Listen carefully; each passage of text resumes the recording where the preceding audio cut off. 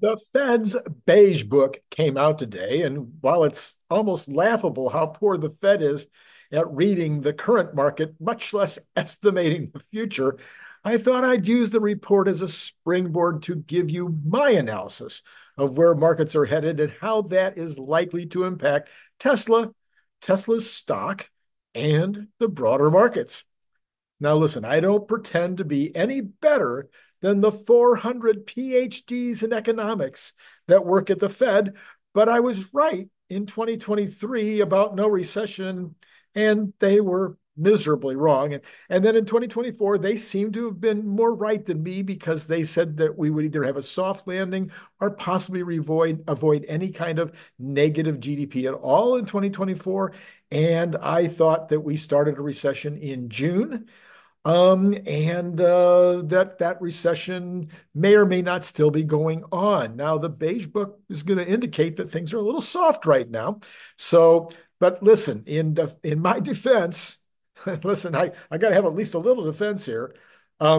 Tech, trade, leisure, healthcare, state and local spending, they kept us out of the recession. They all did fine.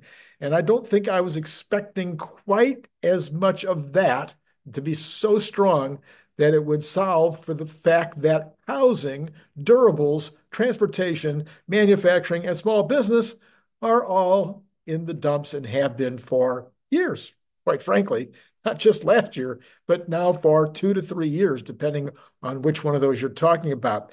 In addition to all of that, the folks making under $100,000 a year, they felt the recession. They know they were in a recession, and that's why they voted for Trump, because they were not having a good year at all. All right. So, yes, I missed. Well, it looks like now, you really don't know whether there was a recession until a year after when the gurus decide whether there was or wasn't a recession. But I can tell you 100% that there was two economies, and I mean that in two different ways. One, two different economies in terms of who was in what kind of, again, certain industries that were doing well and other industries that were actually in recession or depression. And then you had individuals with that breaking line being either the amount of money they made or the fact of whether or not they owned assets. Those who owned assets, they've done wonderful during the Biden years. They have killed it, including me and probably you. All right, Market Watch. Here we go. Here is their description of what the Beige Book said today. The U.S. expanded steadily in November, but hiring was subdued and inflation was still a nagging problem and still in some parts of the economy, according to the Federal Reserve survey. The Fed's Beige Book reported moderate U.S. growth, by and large, with businesses more hopeful that demand will pick up in the coming months. The report covered the period from October to late November. So you may remember if you listened this morning, and if you didn't, you maybe go back and listen to this morning's show, is that the surveys, the ISM survey, the PMI, the housing, and what was the other one we did this morning? Manufacturing surveys, they were all showing optimism, but not great months. Okay.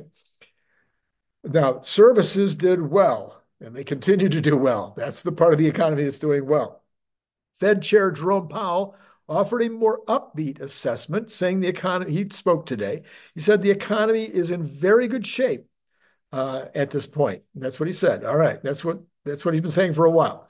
Businesses expressed some worry about the new tariffs under the incoming Trump administration, according to the Beige Book.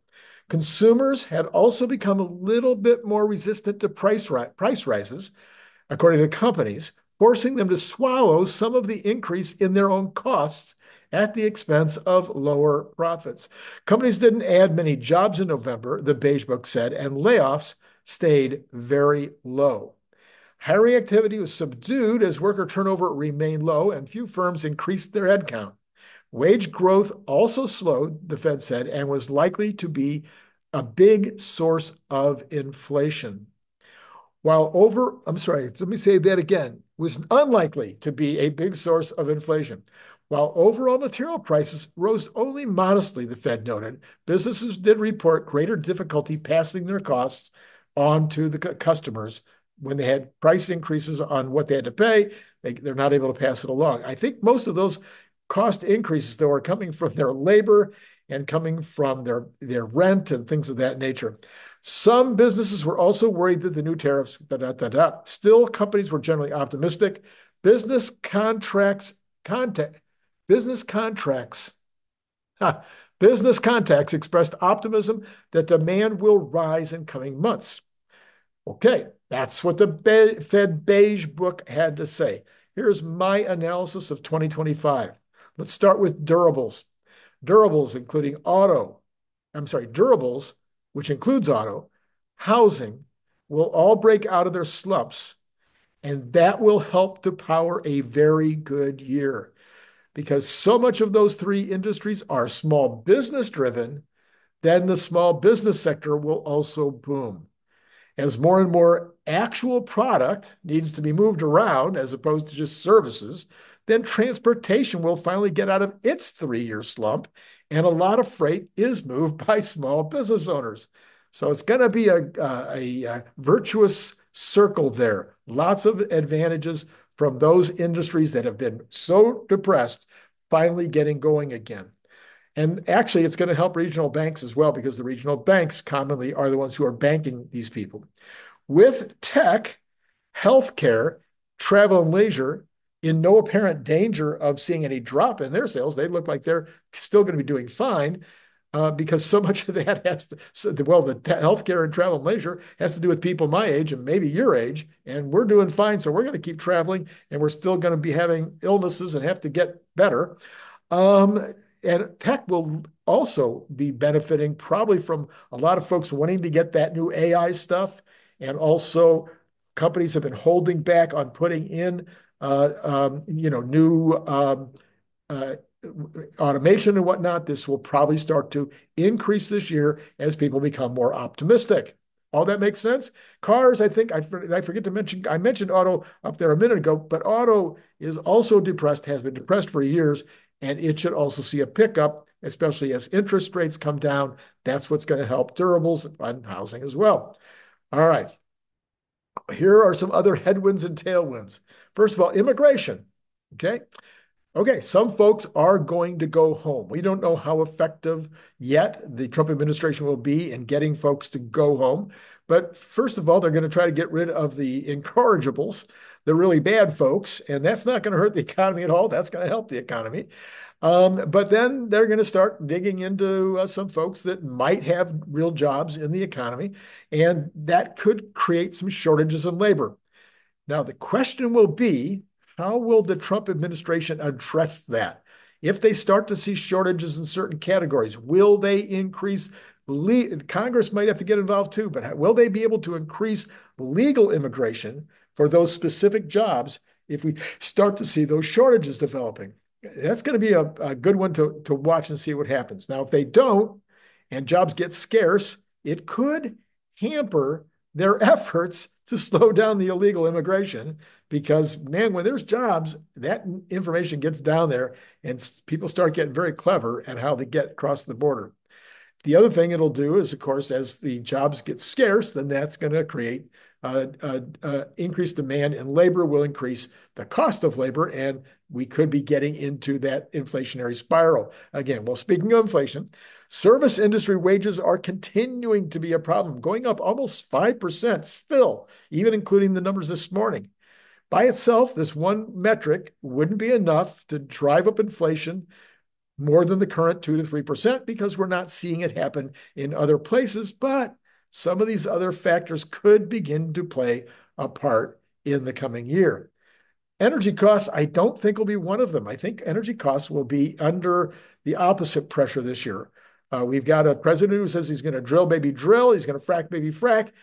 He's going to natural gas as much as he possibly can. And I don't think there'll be any real slowdown in terms of all of the green energy opportunities out there anyway. Because why? Because the United States is going to need a tremendous amount of energy, and so it's going to be all of the above. And I don't think there will be a lot of all of the above. So that's what I'm looking for happening this year, and all of that activity the oil prices, the drill baby drill, et cetera. I think what you're going to see, and what people are now estimating, I told you about that this morning as well, is Bank of America is saying they think that oil will be back in the 50s. So that will hurt some people and help some people, but it will certainly help the overall economy. Commodities. All right. There's a lot of slack in most commodities right now. And by slack, I mean, in other words, they have a lot of productive capacity left that they're not using. So this could become even bigger if Russia and the Ukraine stop the war and get back into exporting some of the crops and the oil, the gas, the minerals that they, have available to ship.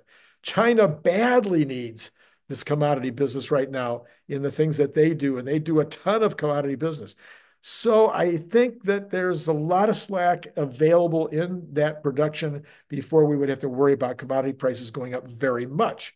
But toward the end of the year, depending on how strong the economy is, we might begin to see, especially if the world economy starts to benefit from the U.S. economy improving. If the world economy starts to get that benefit, then you could start to see that slack get tightened up, and maybe at least some firmness in the beginnings of some price increases. But I don't see it as being a problem in 2025.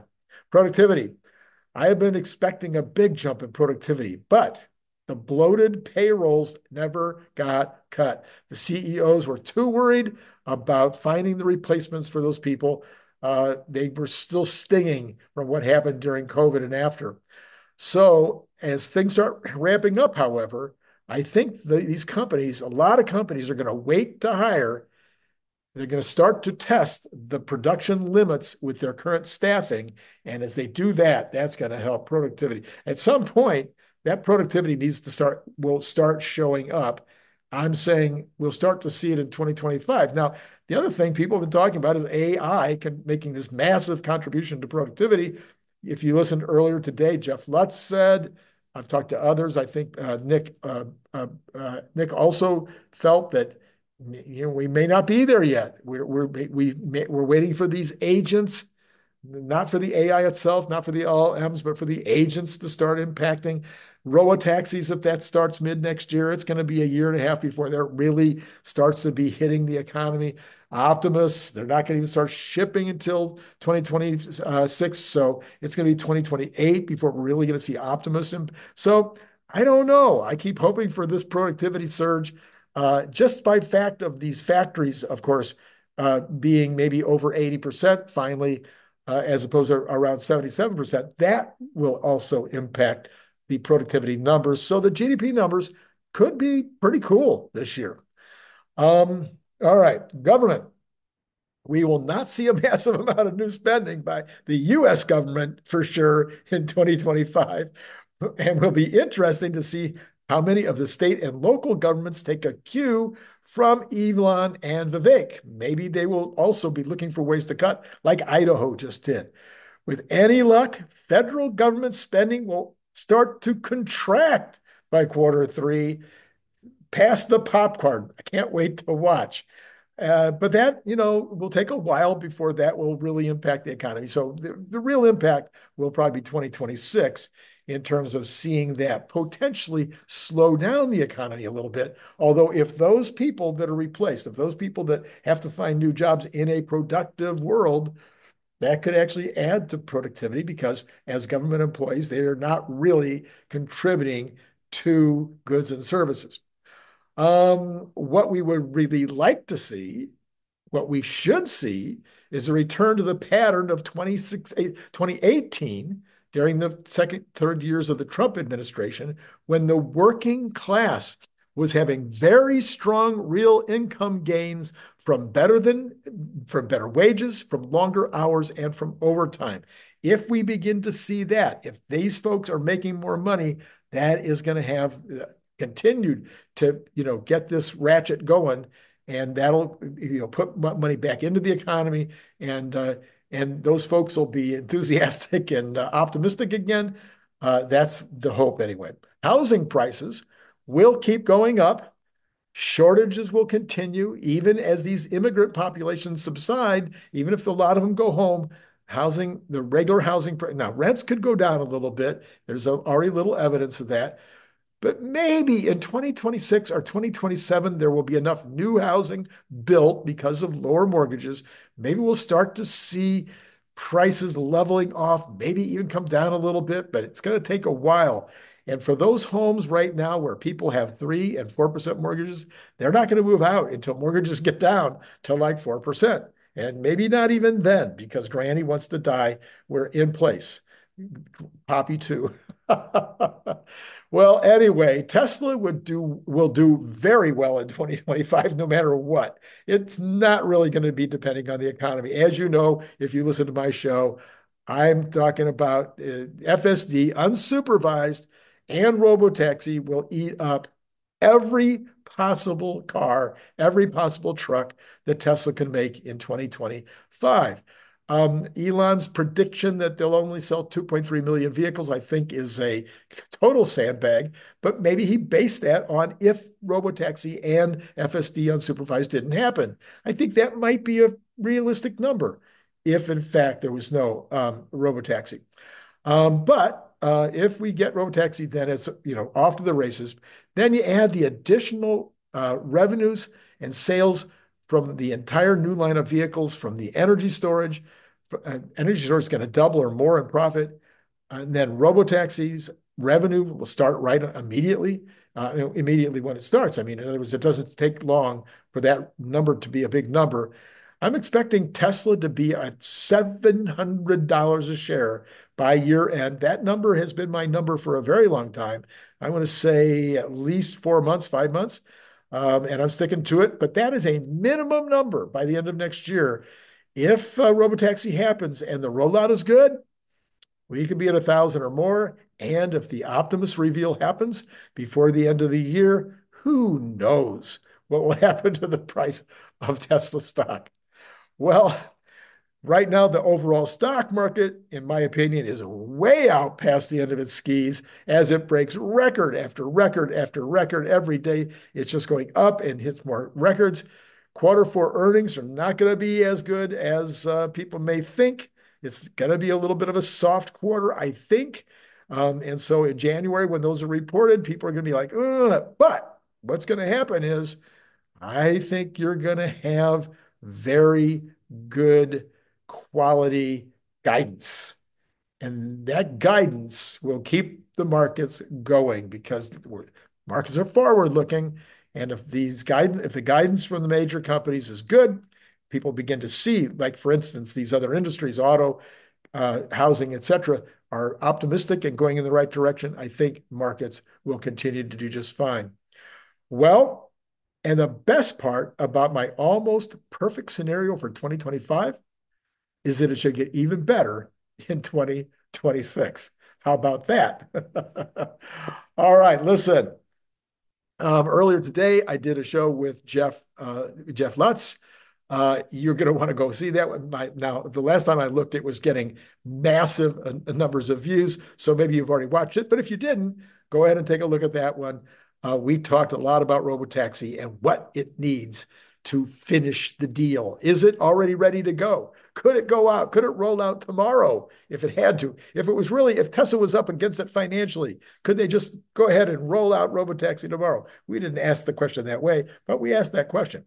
Okay. And so go back and listen to Jeff and I talk about that in addition to quite a few other subjects.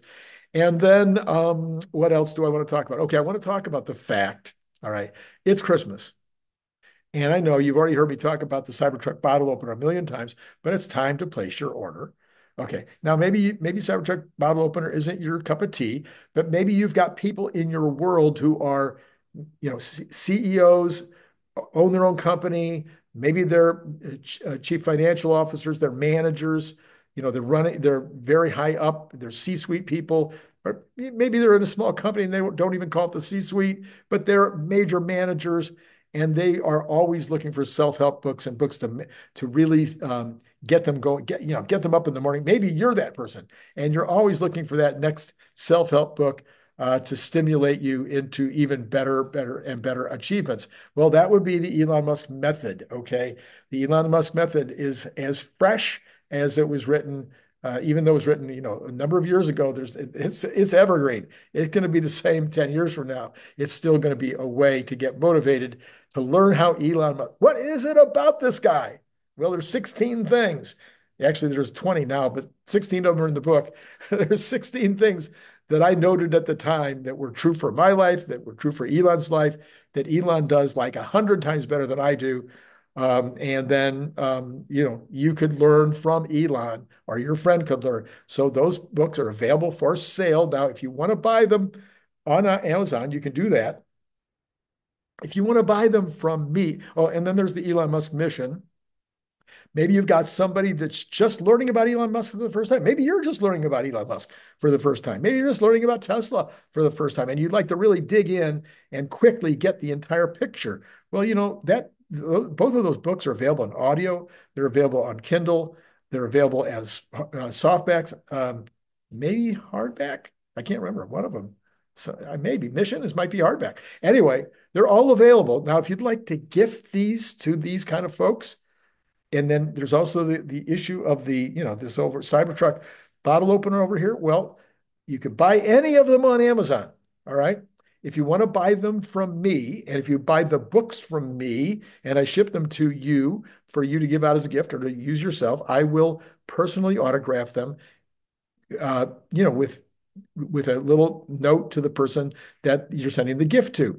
So if that's interesting to you, all of them are the same price. $25 for one, $22.50. I'm sorry, $45 for two, $60 for three, $90, no, $90, $80 for four. I lose track. It's down below. It doesn't talk too much about the books down there, but just add it up. If you want all three, let's say you want one Elon Musk method and one Elon Musk mission, and you want one Cybertruck bottle opener, that would be three. So that would be $60, $20 each. Okay. So you just send to Randy Kirk, paypal.me/Randy Kirk, and you'd send $60 and you say, please send me, one of each book and one of the bottle openers, and I will take care of it. You need to let me know camouflage or stainless. And on the book, you'll need to put in there, how you'd like it inscribed, and then I'll take care of the rest. And that'll send them all to you at the same time, and away you go. You've got gifts. Lots of these are good gifts. Really honest. Okay, so there's a couple of things for you to think about. And if you'd like to give me a gift for Christmas, how about that? Just a small gift. $3 a month, $5 a month, $10 a month. And if you do the $10 a month, you get one of those Cybertruck bottle openers for free. In fact, you could have any one of those things that we just talked about. In fact, you have two books if you want. I'll give you two audio books for free. And for if you join at the $10 level, and I'll give you the Cybertruck if you join at the $10 level, one or the other, not both. I've made that deal a couple of times, but I'm not going to make that deal right now. So two audiobooks at the $10 level, one audiobook at the $5 level, or you can get, if you wanted to, you get one Cybertruck and one book at the $10 level. I mean, I'm flexible. Tell me what you want. You want 10 books? Let's talk. You want 100 books? You want to hand them out at some convention or conference that you're going to? With maybe you want some kind of special labeling on it or something. Hey, we can talk. It's something great to give away. I've done it. I've given it away. All right. I think that's enough of me telling you how I would like you to spend money with me. But hopefully you've had a good time with this program tonight. In any case, it has been great talking to you.